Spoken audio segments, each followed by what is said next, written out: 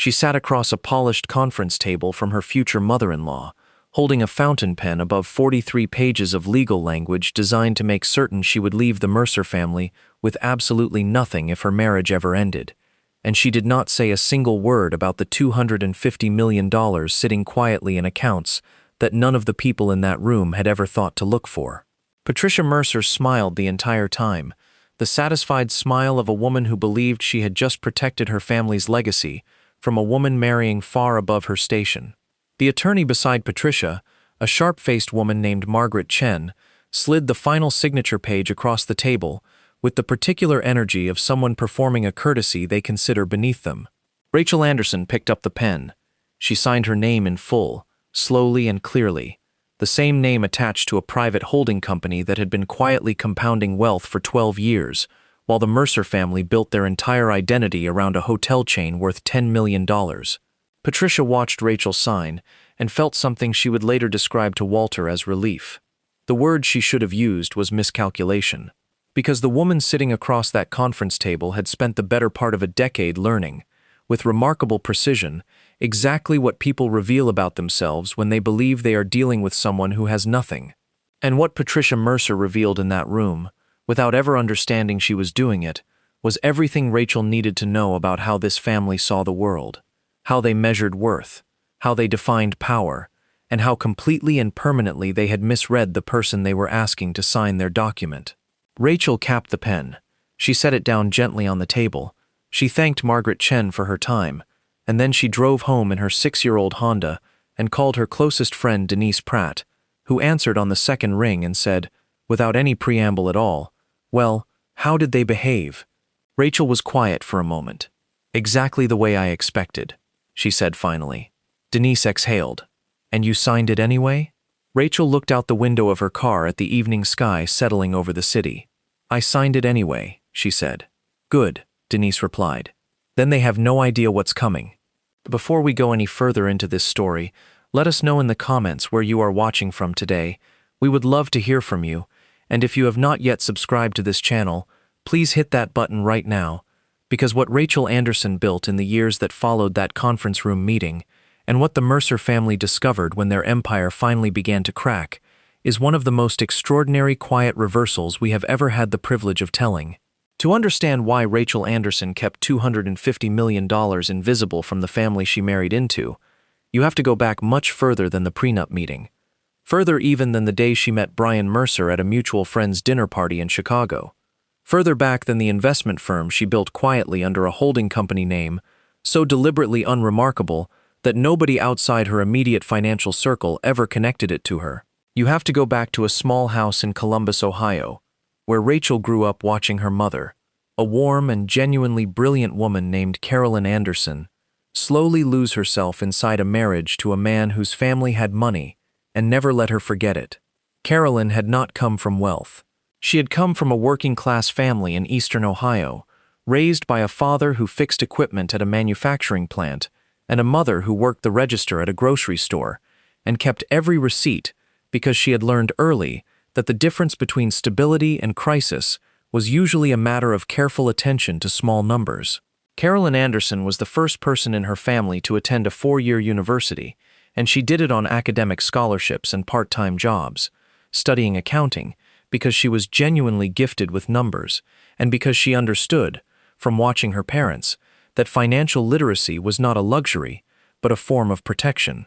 She graduated with honors, took a job at a mid-sized firm in Columbus, and met a man named Gerald Whitmore at a company event, a man whose family owned several car dealerships across central Ohio, whose name appeared on building dedications and charity auction programs, and who told Carolyn on their third date that he had never met anyone quite like her. Carolyn believed him because it was true, and because she was 26 and in love, and because the particular warning that her situation contained was not yet visible from the inside. She married Gerald Whitmore 2 years later, and spent the following decade slowly disappearing into a world that tolerated her presence, but never once accepted her as an equal within it. Gerald's family was never cruel to Carolyn in ways that would have been easy to identify and name.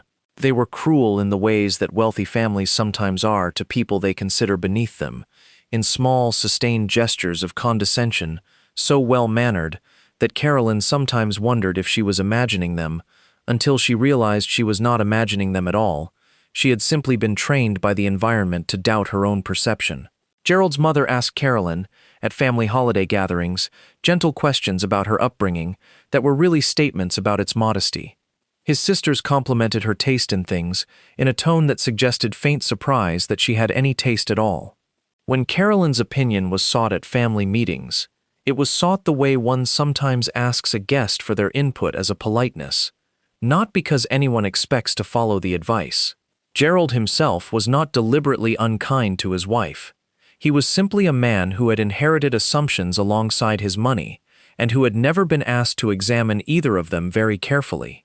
Carolyn raised Rachel inside that world, quietly, with the specific double consciousness of a woman who understood two financial realities simultaneously, the one the Whitmore family performed publicly, and the one she balanced privately in her own careful accounts.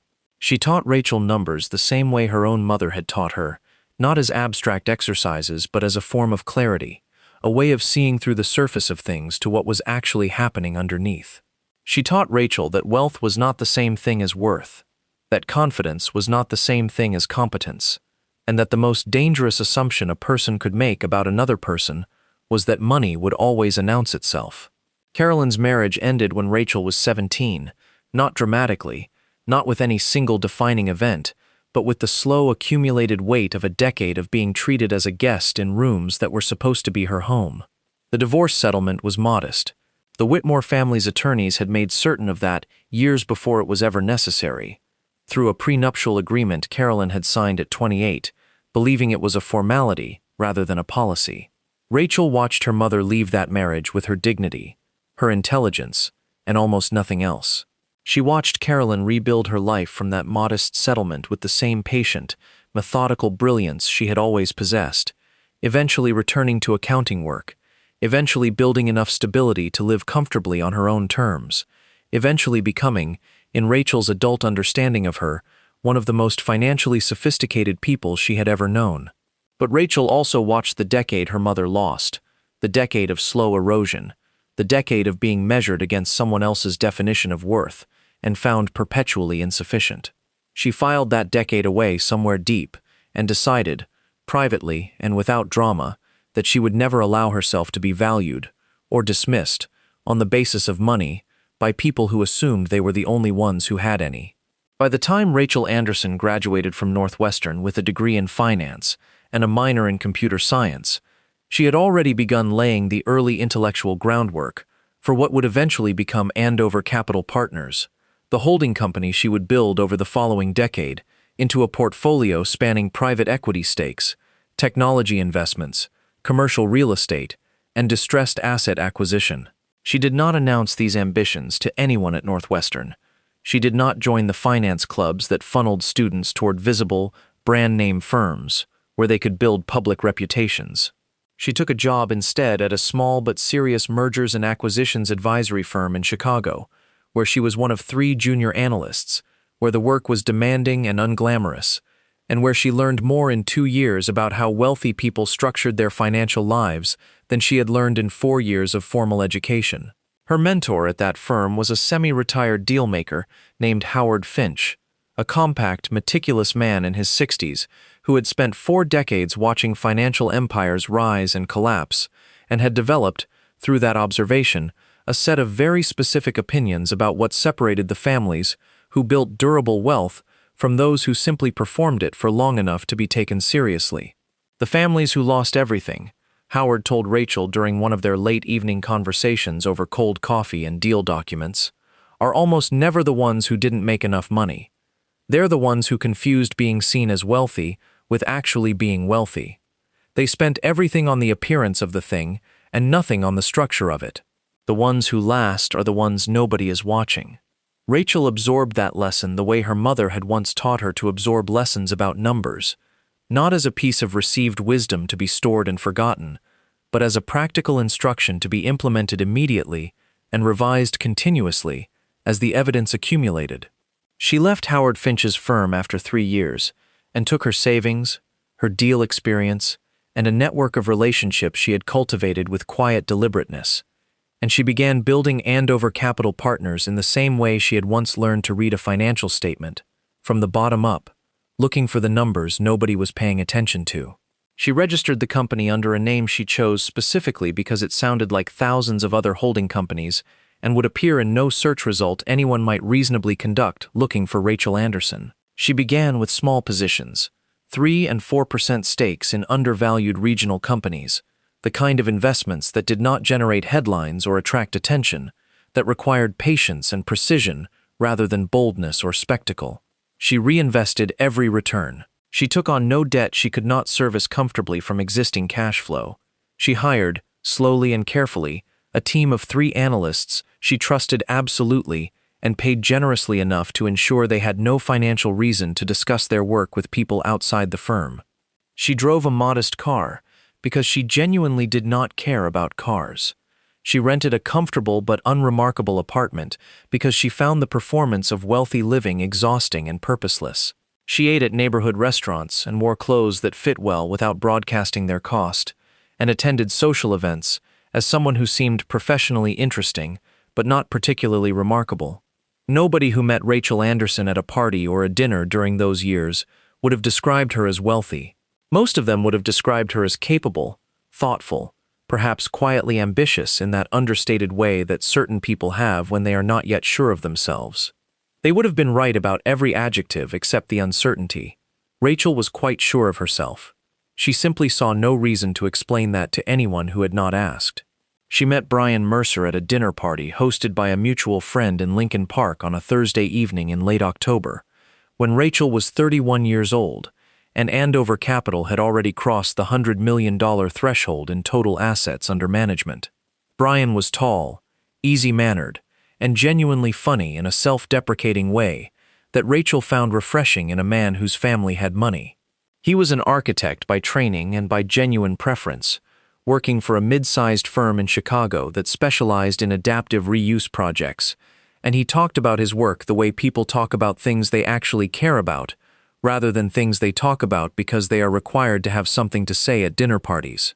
He asked Rachel questions and listened to her answers, rather than simply waiting for his turn to speak again. He made her laugh twice before the appetizers arrived, and 3 more times before the evening ended. She gave him her phone number, without feeling like she was being persuaded into it. They dated for 11 months before Brian first mentioned the Mercer family hotel business in any detail, and even then he introduced it casually, as background rather than feature, mentioning that his parents owned several boutique properties across the Midwest, and that his father Walter had built the company over 30 years from a single inn in Wisconsin and was enormously proud of it. Rachel asked thoughtful questions about the properties and Walter's expansion strategy, the kind of questions that reflected genuine interest in business rather than romantic calculation. Brian answered them with similar genuine interest, and by the end of that conversation, Rachel understood several things clearly: that the Mercer family business was worth somewhere in the range of $8 to $12 million, that it was competently managed but not aggressively capitalized, that Brian himself had maintained a healthy emotional distance from the family business pressure by building his own career independently, and that he was, on balance, exactly the kind of man she had always privately hoped existed somewhere in the world, but had largely stopped expecting to actually meet. She did not tell Brian about Andover Capital on that evening, or on any of the evenings that followed over the next several months, not because she was concealing it maliciously, but because she had spent 12 years in a financial world where she had learned, with considerable empirical support, that the moment people understood her net worth, the dynamic of every relationship she was in shifted in ways that were rarely improvements. Men became either intimidated or acquisitive. Women became either distant or performatively enthusiastic. The genuine quality of connection that she valued most in any relationship, the quality that allowed people to see her rather than the number attached to her, became almost impossible to sustain once the number was known. So, she had developed a simple personal policy. She did not volunteer financial information until a relationship had established itself on a foundation she was confident would survive knowing it. She applied that policy to Brian the same way she applied it to everyone else, not as a test exactly, but as a preference for reality over performance. Brian proposed on a Sunday afternoon in February, in Rachel's own apartment, without a restaurant reservation or a hidden photographer, or any of the produced elements that proposals had apparently become required to contain. He simply sat down across from her on her living room sofa with 2 cups of coffee, and told her, with characteristic directness, that he was entirely certain he wanted to spend the rest of his life with her, and that if she felt the same way, he would very much like to make that official. Rachel said yes, before he finished the sentence. The ring he gave her was a simple oval sapphire in a plain gold setting, chosen, he told her later, because he had noticed she never wore anything ostentatious, and assumed she would find a large diamond aggressive rather than romantic. He had noticed correctly. She wore it every day for the next several years and never once took it off. Patricia Mercer's reaction to the engagement was warm enough on the surface and considerably cooler underneath it, in the specific way Rachel had learned to recognize from watching her mother navigate the Whitmore family 2 decades earlier. Patricia asked Rachel all the right questions at the engagement dinner, where she had grown up, what she had studied, what she did professionally. Rachel described herself as working in financial consulting and investment advisory, which was entirely accurate and entirely unrevealing, the same description she offered at every social occasion where her professional life was asked about. Patricia received this information with a smile that suggested she had already categorized Rachel as solidly middle class and professionally comfortable, the kind of woman who worked in financial services at a level that was respectable without being remarkable. Walter Mercer, who had built his hotel business with the instinct of a man who had once had nothing, watched Rachel quietly during dinner and said less than his wife, which Rachel noted and filed away. The prenup conversation arrived 6 weeks after the engagement, delivered by Patricia with the framing of a woman offering a gift rather than issuing a demand. "We have worked so hard to build something lasting for this family," Patricia said over coffee, "and we simply want to make sure that everything Brian's father has created is protected for the generations to come." Rachel nodded along, her expression attentive and untroubled.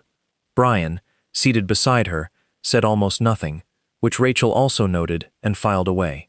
The meeting was scheduled for the following Thursday, at the offices of Margaret Chen, the Mercer family's estate attorney, a woman who had apparently been protecting Mercer family assets for over a decade, and who treated Rachel, from the moment she walked through the office door, with the specific calibrated warmth of someone who assumes they are dealing with the weaker party in a negotiation. The prenup document Patricia and Margaret Chen had prepared was 43 pages long and had been constructed with considerable care toward a single purpose, ensuring that in the event of a divorce, under any circumstances, Rachel would exit the marriage with no claim on any Mercer family asset, property, business interest, or inheritance expectation whatsoever. It was not technically illegal. It was not even particularly unusual by the standards of wealthy families protecting multi-generational assets. What it was entirely one-sided in a way that assumed Rachel had nothing worth protecting and therefore had no grounds on which to request reciprocal terms.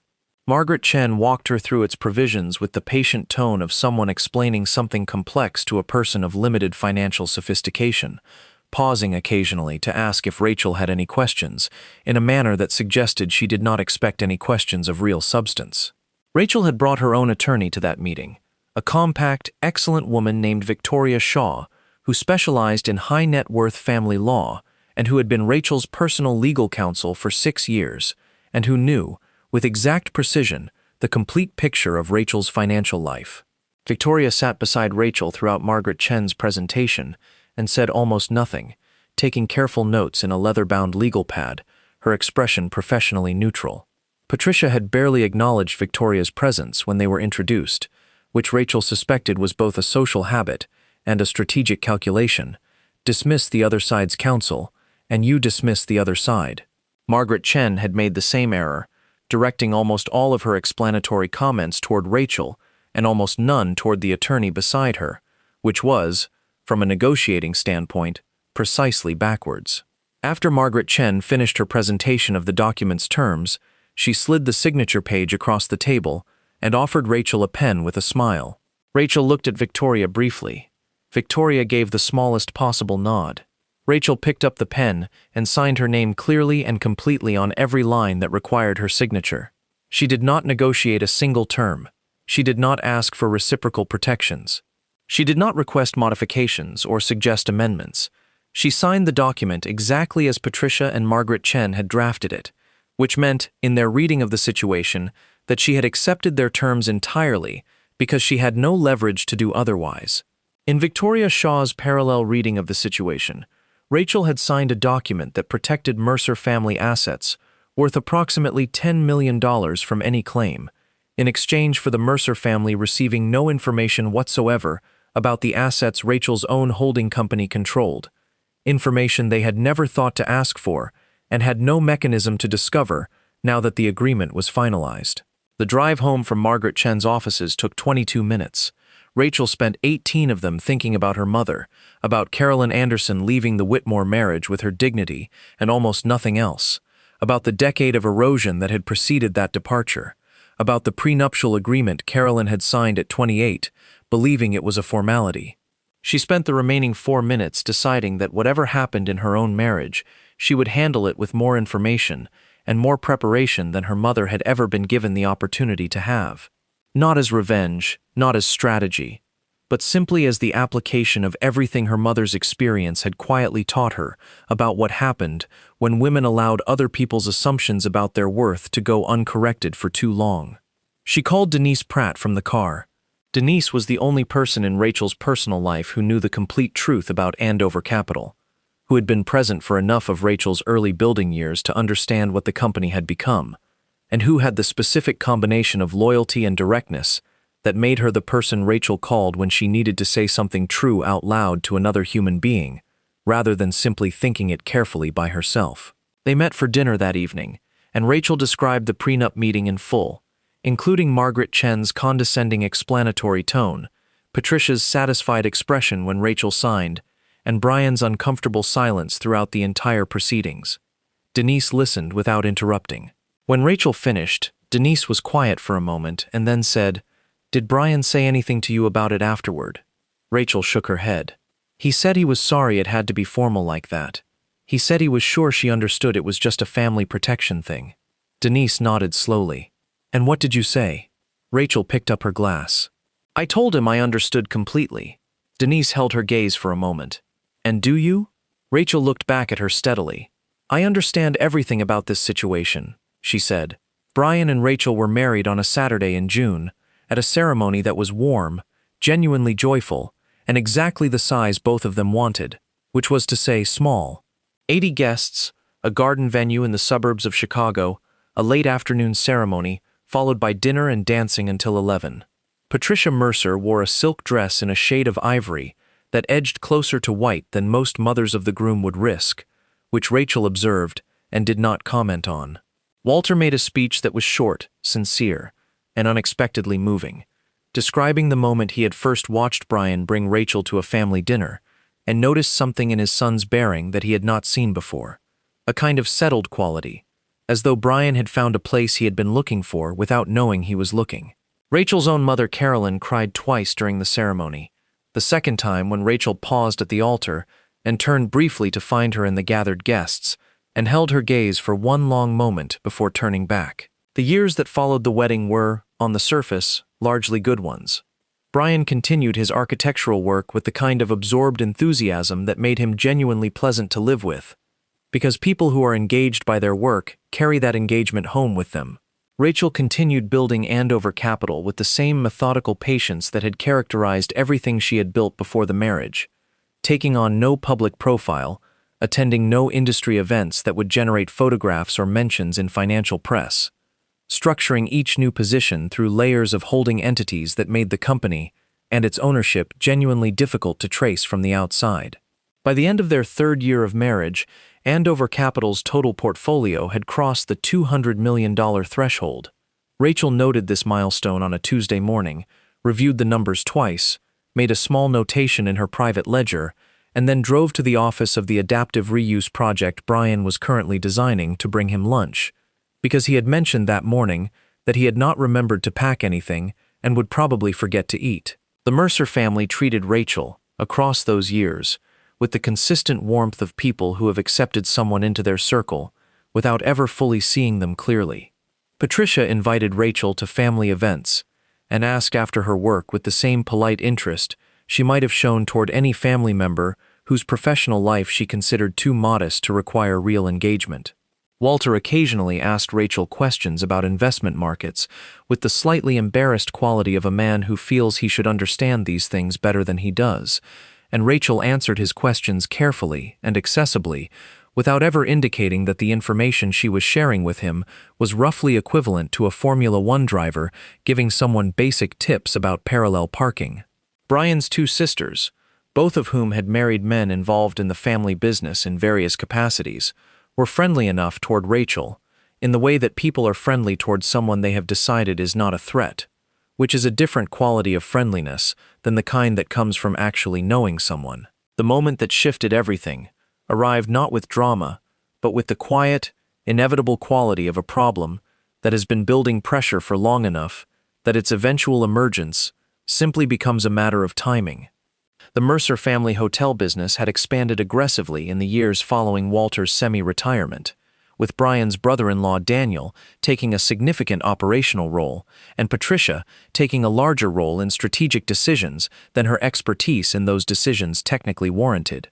They had taken on debt to acquire 2 new properties during what they believed was a favorable window, structured those acquisitions through commercial loans with variable rate components, and had been managing the resulting obligations with the assumption that occupancy rates and revenue would continue recovering steadily from the disruptions of the previous several years.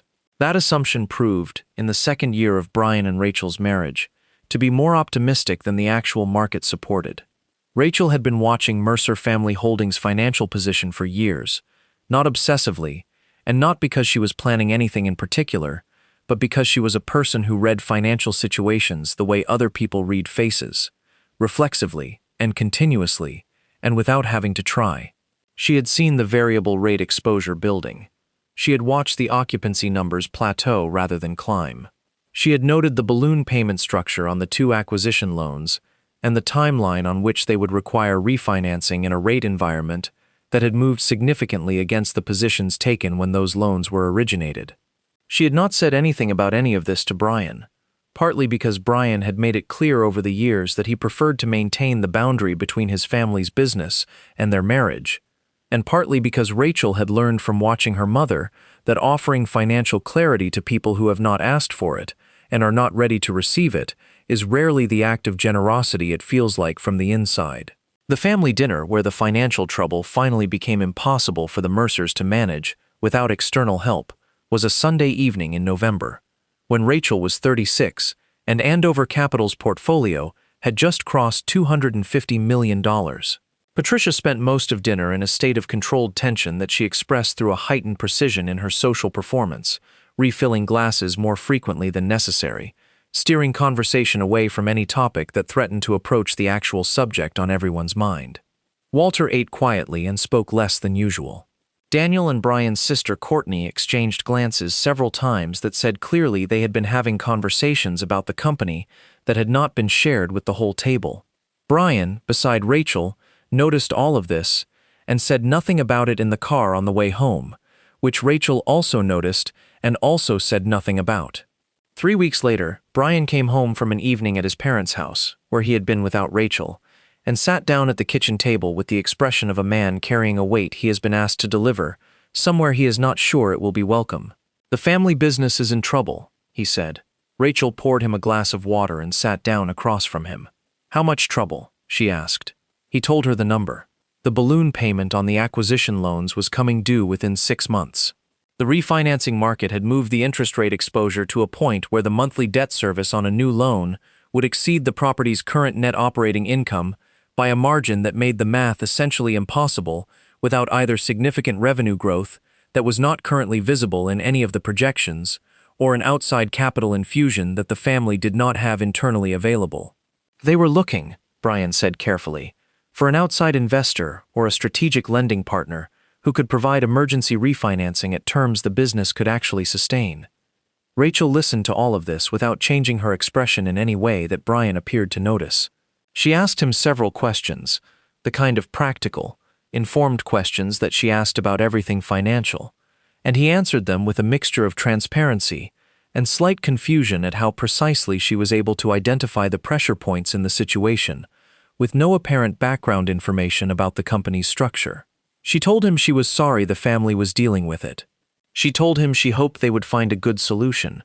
She did not say anything else that evening, and Brian seemed relieved by her steadiness, the same quality he had valued in her since the beginning, the fact that difficult information did not appear to destabilize her in the ways it sometimes destabilized people who did not have a settled relationship with uncertainty. What Brian did not know was that Rachel had already received, 3 days earlier, through Andover Capital's deal flow channels, a preliminary inquiry document from an intermediary representing a Midwestern boutique hotel group seeking emergency refinancing on a portfolio of properties with exposure to variable-rate commercial debt. The document did not name the hotel group explicitly in its initial summary, which was standard practice in deal flow packaging to protect confidentiality during preliminary screening. Rachel had reviewed the document the same morning it arrived, identified the property descriptions and geographic footprint, cross-referenced them against publicly available commercial real estate records, and understood within approximately 45 minutes exactly whose portfolio she was looking at. She had closed her laptop, made a cup of coffee, sat at her kitchen window for a long time looking at the street below, and then called Victoria Shaw. Victoria asked her one question: "How do you want to handle this?" Rachel was quiet for a moment. "I want to handle it the right way," she said. "Which means what, exactly?" Victoria asked. "Which means fairly," Rachel replied. "Not generously and not punitively. Fairly." Victoria was quiet for a brief moment on the other end of the line. "That is going to require some very careful structuring," she said. Rachel finished her coffee. "That's why I called you," she replied.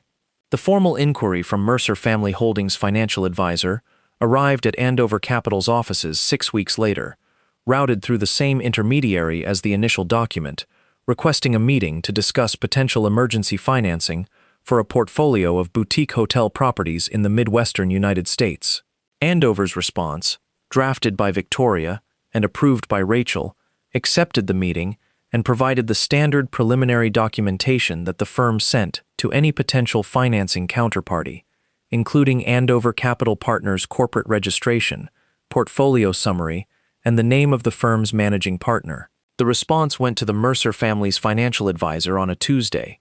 The financial advisor forwarded it to Patricia Mercer on Wednesday morning. Patricia read the name of Andover Capital Partners' managing partner at approximately 9:15 on a Wednesday morning, and whatever she did in the 60 seconds that followed that reading was never reported back to Rachel, because Patricia was a woman of considerable self-control, and whatever she felt in those 60 seconds, she had composed herself entirely before she picked up the phone. She called Brian first. Brian called Rachel. Rachel answered on the third ring, standing in her own kitchen making breakfast, and heard her husband say, with a quality in his voice she had not heard before, a quality composed in equal parts of disbelief and a dawning, complex emotion he did not yet have a word for. "Rachel," he said slowly, "is Andover Capital yours?" Rachel poured her coffee and carried it to the kitchen table and sat down. "Yes," she said. Brian was silent for what felt like a long time. "For how long?" he finally asked. 12 years, she said. Another silence. "And the portfolio value," he said, "is the number in this document." "Yes," she said. 250 million, he said, as though saying it a second time might resolve the dissonance between the number and the woman he believed he knew. 263. "At last quarter's close," Rachel said. The line was very quiet. Rachel waited. "Brian," she said gently, "are you still there?" "Yes," he said. His voice was careful and a little thin. "I'm here. I'm just—" He stopped. "I need to understand something." Rachel set her coffee down. "Ask me," she said. "Why didn't you tell me?" The question arrived with a weight that was not accusatory exactly, but carried the specific grief of a man discovering that someone he trusted completely had been holding something significant at a careful distance from him for the entire length of their relationship. Rachel had thought about this question many times over the years, had prepared many possible answers to it, had revised those answers as the years accumulated, and she understood better what the honest answer actually was. "Because I needed to know first," she said quietly, "that you saw me, not the number, me, Brian was quiet again. Did you ever doubt that I did? Rachel looked out the kitchen window at the morning light. In the beginning, she said honestly, I needed time to be sure. By the time I was sure, the habit of not saying it had become its own kind of protection. Protection from what? He asked. From the conversation we're having right now, she said. Because once you know, you can't unknow it. And everything that came before has to be re-examined in its light. Brian let out a slow breath. Including the prenup, he said. Including the prenup, Rachel confirmed. The silence that followed was long enough that Rachel wondered if she should say something further, but she had learned over 6 years of marriage that Brian processed complex information better when he was allowed to do it without interruption, and she waited. When he spoke again, his voice had settled into something more level, less thin. Are you going to help them? He asked. With the financing, Rachel picked her coffee back up. I'm going to do what's right for the business, and fair to everyone involved, she said. That's the only kind of deal I know how to make. Another pause. Would you have told me, he asked then, if this hadn't happened? If the deal flow hadn't landed in your hands? Rachel was quiet for a moment. Yes, she said. I had decided it was time. He accepted that. She did not know whether he believed it entirely. She believed it entirely, which was the thing that mattered most to her. The meeting between Andover Capital and the Mercer family's financial representatives took place in Andover's Chicago offices on a Thursday morning in January. Victoria Shaw sat beside Rachel at one side of the conference table. The Mercer family's financial advisor and their outside counsel sat across from them. Patricia and Walter Mercer attended as principals, which was their right as owners. Patricia entered the room with a composed expression that Rachel recognized as the same expression she had worn to the prenup meeting years earlier. The expression of a woman who intends to control a room she is no longer certain she controls. Walter entered behind her and sat down with the quiet, slightly diminished quality of a man who has spent a week absorbing a reality he did not anticipate and is not fully finished with the process.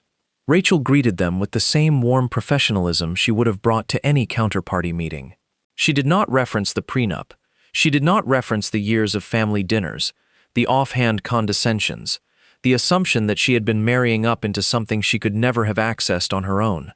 She opened the meeting with Andover Capital's preliminary assessment of the Mercer portfolio, which was thorough, precise, and entirely fair-minded, identifying both the genuine strengths of the business Walter had built over 30 years and the specific structural vulnerabilities that had created the current crisis. She watched Patricia listen to this assessment with an expression that moved through several phases. First, the controlled attention of a woman managing her reaction carefully, then a flicker of something closer to reluctant recognition as the accuracy and completeness of the analysis became impossible to dismiss, and finally, briefly, something that Rachel might have called humility if she had been inclined toward charitable interpretation, which she was. Walter spoke first when Rachel finished her presentation. He asked 2 questions, both of them direct, substantive, and intelligent, about the proposed financing structure. Rachel answered both clearly. He nodded. Patricia said very little for the first hour of the meeting, which was itself a kind of answer. The terms Andover proposed were what Rachel had described to Victoria Shaw weeks earlier. Fair, not generous and not punitive. A refinancing structure that replaced the variable rate debt with fixed rate instruments at a cost of capital the business could genuinely sustain on current revenue, with covenants that required quarterly financial reporting to the lender, professional management review within the first year, and a board observer seat for Andover Capital's representative, standard terms for any institutional lender taking on a rescue financing position of this nature. Nothing designed to humiliate, nothing structured to control. Simply the terms a serious lender offers to a borrower it believes is worth supporting at the right price. Patricia asked, toward the end of the meeting, why Andover Capital was willing to do this deal at all. She asked it with the kind of precision that suggested she had been sitting with the question for the entire first hour and had only now decided it was safe to voice. Rachel looked at her for a moment before answering. Because the business your husband built is a good business, she said. It has structural problems that created this crisis, but the underlying asset is sound, and the employees who work there deserve to keep their jobs. And because the man I married grew up in this company and loves what his father built, and that matters to me. Patricia held her gaze for a moment. "And this has nothing to do with anything else?" she asked. Rachel tilted her head slightly. "If you're asking whether this is personal, Patricia, the answer is no. It's business. I've always kept those two things separate." The implication of that sentence settled quietly over the room, and Patricia Mercer, who had spent decades being the sharpest reader of subtext in any room she entered, understood it completely. The deal closed 6 weeks later. Mercer Family Holdings continued operating. The employees kept their jobs. Walter's business, which he had spent 30 years building from a single inn in Wisconsin, survived the crisis that had very nearly ended it. The quarterly reporting requirements brought a level of financial transparency into the family's business management that it had long needed, and that Walter, in particular, found useful rather than invasive. The board observer seat was filled by a quiet, thorough financial professional from Andover's team who attended meetings, asked good questions, and said nothing inflammatory to anyone. Patricia adapted to the new reality with the focused adaptability of a woman who has decided that acceptance is more productive than resistance, a decision Rachel respected without needing to say so. Brian and Rachel had the conversation they needed to have about the full history of Andover Capital and her reasons for not disclosing it earlier, a conversation that took most of a Saturday and extended into a long, quiet walk that ended at a neighborhood restaurant where they had eaten on their third date, and that resolved, as most honest and difficult conversations between people who genuinely love each other eventually do, in a place that was more solid than where it started. Brian told her that he wished she had told him sooner, and he meant it without anger. Rachel told him that she understood why, and she meant it without defensiveness. He told her that the prenup had been his failure as much as his family's, that he should have asked her more questions, defended her more directly, been more curious about who she was beyond who he could see. Rachel told him that she appreciated him saying that, and she did. She also told him something she had not planned to say, that the prenup itself had never frightened her, not because of what she had, but because she had watched her mother survive signing away what she deserved, and she had spent 12 years making absolutely certain that nobody's pen could take anything from Rachel Anderson that she had not chosen to give freely. The prenup was revised the following spring, quietly and without announcement, at a meeting involving Rachel, Brian, Victoria Shaw, and a new family attorney who had replaced Margaret Chen after Margaret's departure from the firm that handled Mercer family matters. The revised document offered both parties reciprocal protections and honest disclosures. It was 41 pages long. They both signed it in Brian's own kitchen, on a Sunday afternoon, while Carolyn Anderson visited in the next room, holding a cup of tea and watching a cardinal in the backyard garden that Rachel had planted the previous summer. Rachel visited her mother's house in Columbus the following weekend and sat at the same kitchen table where Carolyn had once slid financial statements across to a girl who was learning to see through the surface of things.